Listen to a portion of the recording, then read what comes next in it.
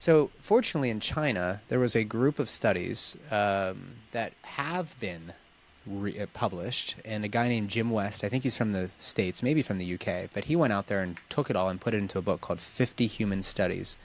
And it really ascertains the true risk of ultrasound in pregnancy. It is relatively unbiased, too, because some of the studies there say there's no problem. We didn't find any issue. Other studies he included say there's definitely a problem here. So the point is, like, around ultrasound is that it's a great tool. We're as good at using an ultrasound as a cardiologist is at using a stethoscope. Like, we are very, very well trained in that.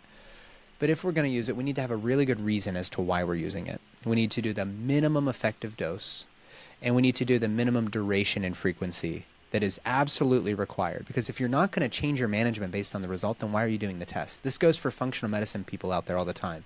Stop ordering $1,000 worth of labs and then seeing what comes up. That doesn't make any sense. That's actually worse than the allopathic model, and you guys should be ashamed that that's how you were taught. Go and find an actual functional medicine practitioner who can teach you how to do a clinical history before you order the labs. Well, the same goes for ultrasound. You don't just do the ultrasound just because you're curious. Like, if you don't have a reason to blast a baby with high-frequency ultrasound pulse, then why are you doing it? So if you can follow those principles, it's still okay to occasionally have an ultrasound. My wife had at the midway point, had a formal anatomic survey, as they call it, where they looked from head to toe, just wanted to check things out, and she wanted to know the sex of the baby, so great. We did that. But apart from that, there's almost no reason, unless you think there's an ectopic pregnancy, which is not a normal pregnancy. You don't have to be worried about disrupting it. You want to be, reassured that if that ectopic is growing in a tube and it bursts, thank goodness we found it and we removed it before that happened, because that can be catastrophic. But this is not what's happening with ultrasound. Every time a woman and their partner goes to the clinic, they're going to get an ultrasound. And most people don't know to not ask for that. You can just say, no, thank you, I don't want that. And there's nothing that's going to, I know it's cool to see the pictures, but go and look online at pictures. Go and see what the radiology encyclopedias show you. That's a cool little baby. I know it's special. Maybe getting one picture at some point in pregnancy is really cool. But to do it every single time through the research that comes out of China does demonstrate that we may be leading to behavioral issues, to anxiety, depression, other nervous system issues, abnormal let's just call them structural anomalies, like the kidneys not developing well, the brain not developing well, other structures not developing well. It's documented. We know it.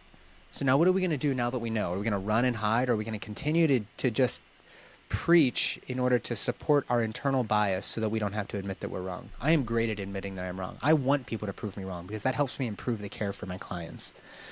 But we don't see that happen very often. Yeah, I guess the way that most people are, I guess, taught or treated is that there's that expectation, I must get the ultrasound because if I don't, we might miss something and that would be terrible. That's certainly how I see it. I mean, do you see that pretty much the same in the kind of general public? Meaning, like, what if I don't get it? What if something bad happens if I don't get it? Yeah. Well, there are risks and benefits to everything. The good news is that most babies are not being born with any problems at all. I mean, granted, who knows? Maybe the autism and depression and all that is a result of what we're doing in the uterus, but it's going to be very, very hard to flush that out.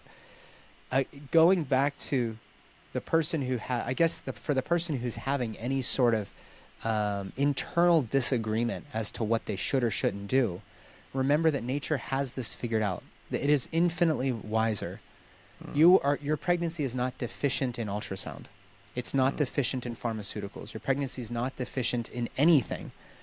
If there's a reason for us to add to that, it's incumbent on us to demonstrate that without a doubt, this is better than the way that nature intended it.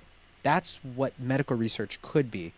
But there's all these other issues within the publication industry and whatnot in our major medical journals, including your journal, the British Medical Journal, our journal, the New England Journal. It's fraught with issues. But again, if you want me to intervene in this otherwise beautiful natural process, it's incumbent on you to demonstrate why. It's not incumbent on me to carry around a big binder of papers justifying why I don't want to intervene in a natural process. It shouldn't be my job, but that is what it has become, is for us, quote, quacks out here, I'm using air quotes on my end, to demonstrate that the medical research is wrong.